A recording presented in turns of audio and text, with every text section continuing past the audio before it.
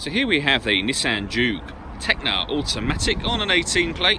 I'm going to start off by showing you around the outside of the car, and then we'll hop in and run through some controls on the inside. But from the outside you can see it's a 5-door car with alloy wheels and tinted windows. Let's start off inside the boot and then work our way around the rest of the car from there. 60/40 split folding rear seat, plenty of boot space as well, and that boot space can be increased further by lifting, and if you wish to, removing this tray section. As you can see, there's a lot of extra space underneath there. Okay, so we're just going to work our way back round to the front of the car now, and then we'll hop in and run through some controls on the inside. But now that we've done a full circle of it, you can see it's in lovely condition the whole way round. Briefly before we climb in, I think it's well worth seeing the interior from this exterior point of view. You get full leather seats, as you can see.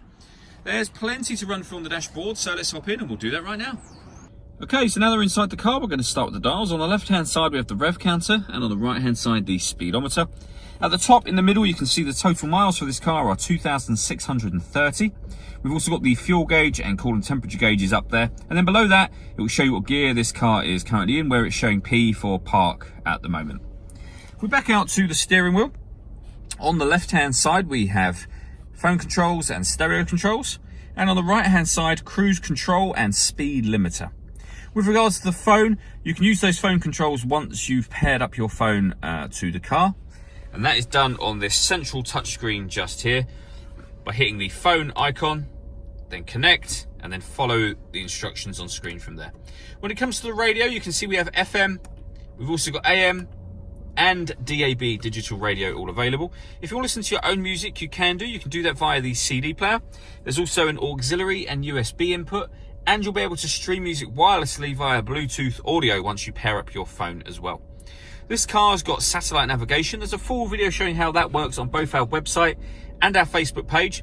And it's got a 360 parking camera, which I'll show you now. So I've put the car into reverse. You can see a reverse camera image there with guidelines showing you what direction the car is headed in relation to the image that you see on the screen. And this is a bird's eye view of the car and the exact area of the car park that it's parked in at this moment in time. And you can even see the curb along there. It goes a couple of stages beyond that. If I put it back into park and press the camera button, we have a front-facing camera and the bird's eye view, or the front-facing camera and the front passenger side wheel. So with all of those cameras, it does make it very easy to park this car. Below that, we have the climate control. So you can adjust the temperature, the fan speed, direction you'd like the air to be distributed in. Hit that button to turn the air conditioning on, or push this one in to put it to auto, and the car will now maintain that temperature for you by taking control of the fan speed, which you can see and hear it doing. You can override that whenever you wish to by readjusting the fans. This screen also doubles up as the driver mode screen. So with a push of that button, the menus have now changed. We can put the car in normal, sport, or eco mode, and whatever mode you're putting it in, you're changing the engine, the gearbox, the steering, and the climate control. So in sport, for example, the gearbox will rev higher, the steering will become firmer.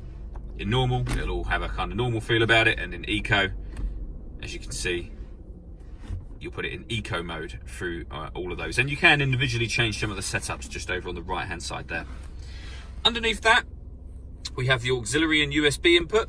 We have a 12-volt charging socket underneath this cap, the fully automatic gearbox, and then underneath the central armrest area, a driver and passenger heated seat. All that leaves me to say is thank you for taking the time to watch this video. If you'd like to come and see the car in person and have a test drive, please feel free to call any of our MJA sites. We'd love to hear from you soon.